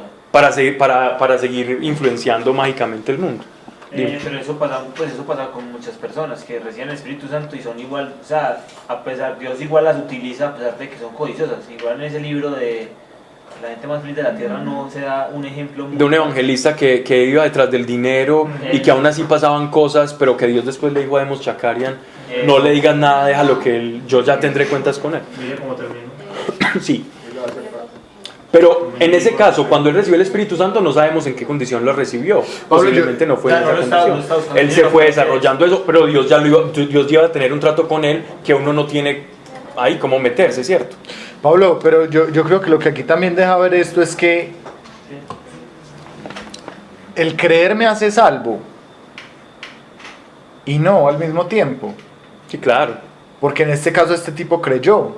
Sí, creyó más no creyó de la forma correcta. No, porque él creyó en el sentido porque vio. Entonces él quería lo que vio, pero el mensaje no le llegó. Pero mira que antes de que llegaran los él se había añadido. Él se había bautizado. Y dice, y creyó, y claro, por eso se bautizó. Claro. Entonces es como yo creer en algo, sí, en el Señor, pero lo que va a marcar la diferencia es cómo yo creo en el Señor. Sí, total. Es que usted puede creer de muchas maneras. Sí. Él creyó mal. Pero mira que también, o sea, yo digo que había cierta ignorancia porque mira que es que él era un mago, entonces él interpretaba eso como magia, ¿no? Pero no, aquí pues como muy, te voy a decir por qué. Te voy a decir por qué no. Te voy a decir por qué no, porque el apóstol Pablo, lo que está diciendo acá es a través de un discernimiento de los espíritus. Esta palabra de cuando él dice, hay otras traducciones que lo dicen de mejor manera, veo que tu alma está en amargura. Exactamente. En amargura, creo que está. Esas traducciones, de pronto la de Jerusalén, ¿nos puedes ayudar, Aleja? Sí. ¿Cómo? Jerusalén 21. Díjole Pedro, sea 20. 8:20. Pedro le contestó que tu dinero te sirva de perdición por haber pensado que el don de Dios se compra con dinero. En este asunto no tienes tu parte ni herencia. Sigue hasta el 23, que en el 23 él nos muestra cómo a través del discernimiento de espíritus, él puede ver cómo es el espíritu y el alma de este tipo. Pues tu corazón no es recto delante de Dios. Arrepiéntete pues de esa tu maldad y ruega al Señor, a ver si se te perdona ese pensamiento de tu corazón. Porque veo que tú estás con la amargura de la hiel y encadenado por la maldad. Sí. Entonces miren, eso es lo que está viendo ¿quién? el apóstol Pedro, Dios se lo está revelando. Entonces, justificar la ignorancia, todo eso, para cuando Dios nos está diciendo esto es lo que hay en él, es como debatir con Dios. Pero aquí algo que me deja pensando, Pablo, cuando él llama eso amargura. Sí, no, vamos a leer en esta traducción.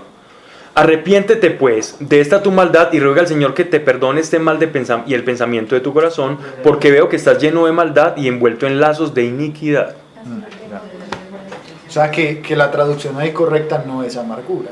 Es iniquidad. Yo me iría más inclinado por iniquidad y pecaminosidad o inclinación al mal, porque está atado, es como si hubieran espíritus malignos en él que lo forzaran a eso, ¿no? Él tenía unas ataduras espirituales muy grandes, pero tenía la posibilidad de arrepentimiento. Pablo, pero si lo hubieran liberado ahí de esos espíritus... No. ¿Por qué? Porque no siempre es lo correcto liberar a alguien de los espíritus. No, yo sé, porque si no se Este convierte... era un caso de ellos. Este era un caso de un proceso que él iba a tener. Este hombre iba a tener un proceso. De hecho, hay escritos después de este Simón el Mago. ¿Y qué pasó? ¿Qué pasó con él? De que fue un converso, incluso que predicó, sí. Hay escritos, hay... Claro. Es que mira que, o sea, a él le pegan una vaciada, pero incluso hay unos que dicen que fue obispo allá en una iglesia de Asia Menor, pero y mira que en Egipto. el apóstol le dice, ore, a ver si Dios quiere. Él no se la puso fácil. Él lo amonestó. Eso se llama una exhortación de un profeta. La palabra de Dios consuela, exhorta y edifica. En este caso lo exhortó. ¿Por qué? Porque estaba mal, lo llamó a un cambio. Eso fue. Bien.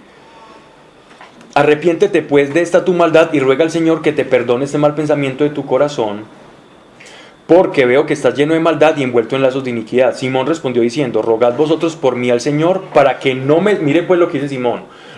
Rogad vosotros por mí al Señor para que no me sobrevenga nada de eso que habéis dicho. Sí. Pero es un buen temor, es un buen temor. Un temor que lleva arrepentimiento. Ellos después de haber atestiguado y predicado las palabras del Señor, volvieron a Jerusalén evangelizando muchas aldeas de los samaritanos. Ya cuando los evangelistas abrieron las puertas, siguieron de camino a Jerusalén predicando y evangelizando. Son las 9:30. Vamos. Estamos los 25, ¿cierto? Sí. ¿Qué es lo importante de esto? Ver que la iglesia ha tenido muchas transformaciones y ha sido, digámoslo así, una obra sobrenatural y sigue siendo ahora una obra sobrenatural. El Espíritu Santo ahora se puede recibir como antes se recibió. El Espíritu Santo, no hay ninguna palabra en toda la Biblia que diga que el Espíritu Santo se va a ir. O yo voy a hacer mucho aspaviento al principio porque como estamos iniciando, entonces siempre uno tiene que iniciar con más potencia, ¿cierto? Como cuando usted toma una pistola y ala el gatillo, entonces ¡pam! El martillo da duro primero y ya después la bala sigue. Entonces esto es como el martillazo. No, eso no lo dice en ninguna parte de la Escritura. La Escritura dice que si usted cree en Él con todo su corazón, que lo profesa como su Señor y Salvador, que se arrepiente de sus pecados, usted va a recibir su Espíritu Santo, y que cuando reciba su Espíritu Santo estas cosas le van a pasar.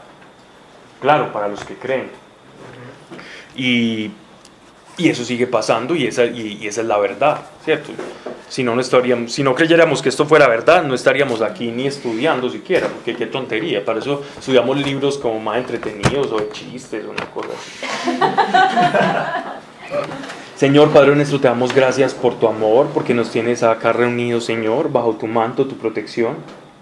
Gracias por estos ejemplos que nos das en la palabra, que son un baluarte.